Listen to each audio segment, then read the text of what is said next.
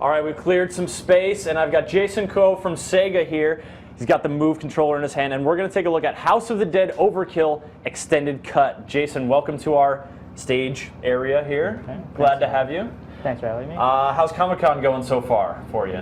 Doing good. It's been interesting to see the sites over there. Yeah, is it your first time? Yeah, actually it is. It's quite a scene, right? Yeah. Well, it's a very cool place to go, and we're really glad you guys have brought by House of the Dead Overkill. I had a great time with this game on the Wii, and I'm really looking forward to seeing what it's all about on the PlayStation 3. So, why don't you, for folks who maybe don't know what Overkill is all about, tell them, give them the overview. Okay. Basically, it's the fifth in the series of the House of the Dead series, but this is going to the prequel, so just before the first House of the Dead. We introduced Agent G, who's been in the game throughout the series, and now we're bringing it up to the PlayStation 3 for all the other consumers when we released it prior with the Wii. Okay, cool. So let's jump right in and start. You can start blasting some horrible zombie monstrosities. You can see here you're choosing you got your loadout chosen, Magnum shotguns. You can have 2 weapons throughout the game. Yeah. And they increase, right? They've got star ratings as you do better. Right. So you can increase your ammo amount. You can basically increase the damage that you do. And so we've got the Move controller right here, but it was just showing sort of the control schematic up there, and it also was showing the sharpshooter. Right. That played that big gray thing you snap your stuff into. That's compatible, of course. Yeah, it's very cool. Yeah, you like it? Yeah. It's pretty. I like to slap the bottom of that to reload, like you're slapping a clip in, or that's a pretty cool device. But all right, so here we've got. This looks like a villain. I mean, he's got a cane. He's sitting in front of a tank with a zombie. There's something in it. Set us up where we're at in this clip here. So basically, this is the hospital scenario, and you're going to meet that creature, as it were, a little bit later in the game. That's one of the bosses, and you can see here these wonderful mutants are still kind of doing what they would normally do, just in the undead state. Zombie nurses still practicing medicine. That just seems like a long reference to that. And here we've got our 2 heroes, Agent G, you were saying, and Isaiah Washington, I believe is his partner. And Ballistic Trauma. So you guys really go for a very clear kind of aesthetic here. Yeah, it's very over the top, basically a real tribute to the Grindhouse. And even to the point where you can see this sort of film grain flicker here. Right. All right, so, and you heard that dramatically voiced intro, and now Agent G and Isaiah Washington are very different from each other. Yes, very much so. Would you say? How would you characterize each of them? G is probably the typical agent, just gets the job done, very polite. Isaac probably had the absolute opposite end of the spectrum. He's a mouthy dude. Yes.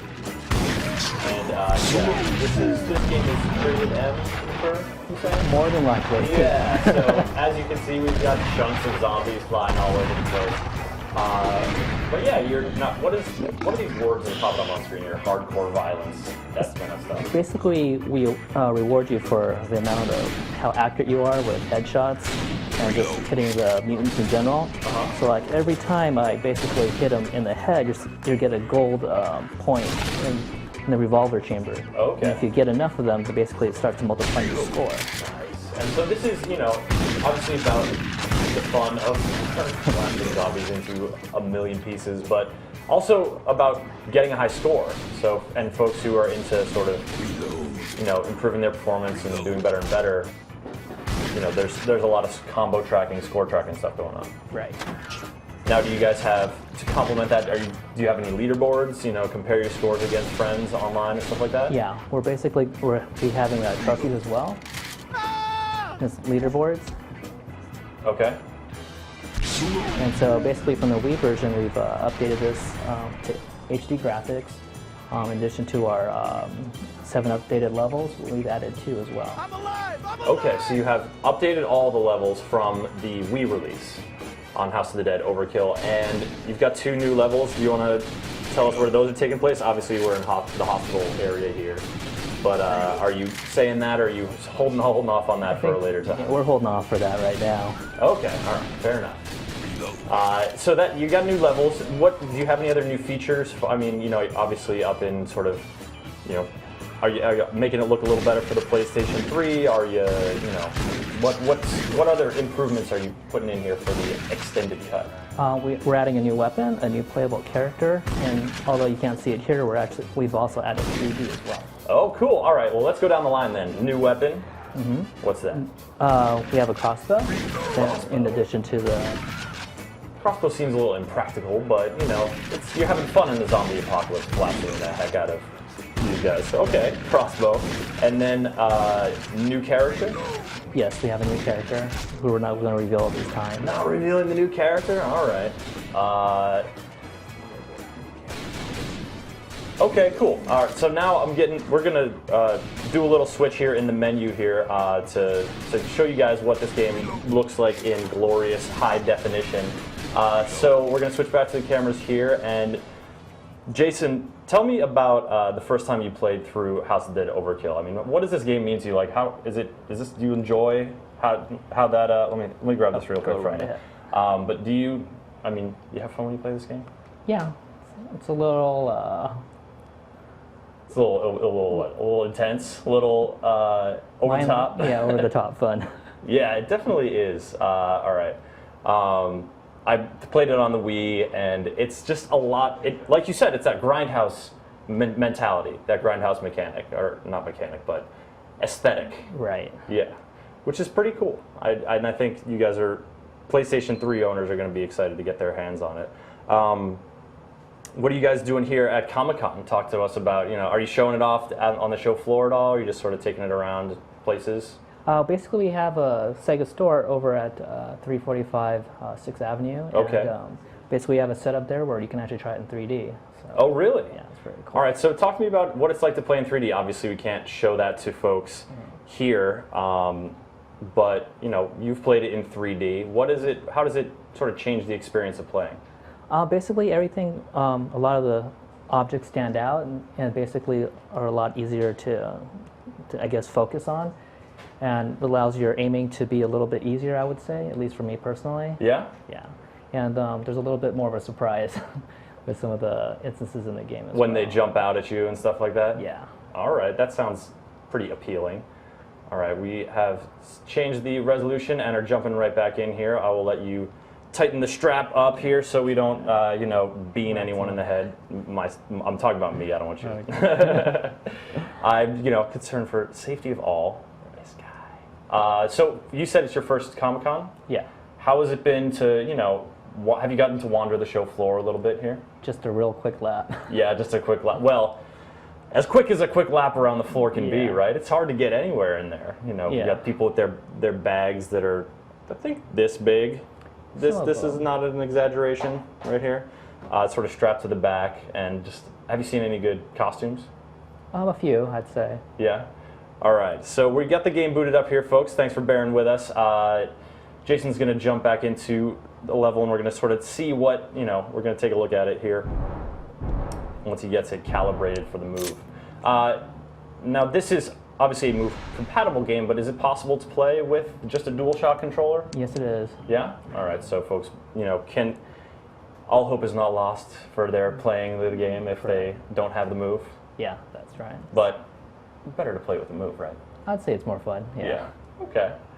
Very cool. All right, so we're just going to take a little quick look at this here, folks, and keep in mind, as it's saying on screen now, this is a work in progress. You guys have been working on this for a little while. What is your release window you're looking for? Do you have a date? October right now. October you're aiming for? Okay. October just about 2 months away.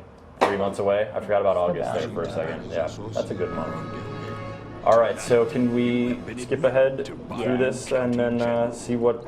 Now this guy with the phone, you see him later, right? I remember that guy. Yeah, you do. That dude, he's a bad dude. Your symptoms? And that cold sweats, irregular Doesn't look like heartbeat, we're going to skip it right now. anxiety. Okay. give you folks another taste of the dramatic intro before we shoot a little more and wrap it up.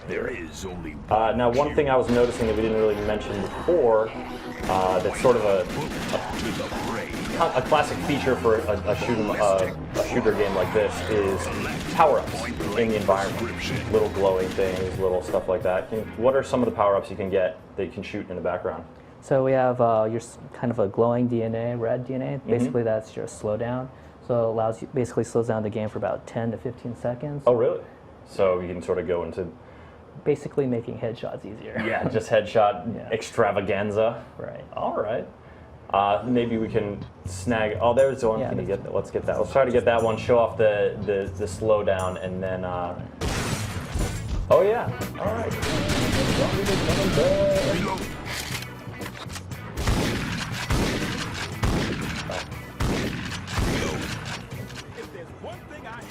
So you've got the shotgun, and you got the magnum, and you've got the crossbow. What other weapons are we talking about here?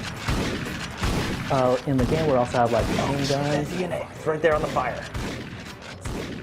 Actually, Or is it better to get in the next section or something? might be, yeah. Is that to not get mauled by a zombie? I don't know. Sorry, you were saying? Do you have? Is there like a submachine gun or something? Yeah, so there's machine guns as well in the game. But I think There you go. Oh yeah, extreme violence. Oh yes, that does look extreme. Nasty zombies. All right, so and for folks who haven't played it before, you're not talking about the new levels, but we got hospital here. Then there's like a bayou level. Do I recall correctly? Yeah. What else we got? We've got a carnival as well. Yes, the carnival. Creepy clown zombies. Gotta love them.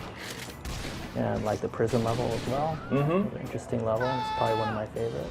And a little moment to try to save the civilian. Are you gonna do it? You gonna do it? Oh no, Jason! That was horrible. Oh, poor civilian. You know what? He was doomed anyways. Look at this scene. If he's just gonna cower there outside the hospital and wait for you to save him, I don't know. That's the grim reality of the zombie uprising, I suppose. All right, Jason. I think we've given folks a great taste of House of the Dead Overkill Extended Cut. Tell them one more. October, you were saying, right? That's right. All right, so October for the PlayStation 3, and maybe we're going to hear about a new character before that happens? Possibly. All right, we'll look for a new trailer or something in the coming months. Thank you for joining us, and I hope the rest of your Comic-Con goes well. Hope you get to spend a little more time on the floor and really just soak it in.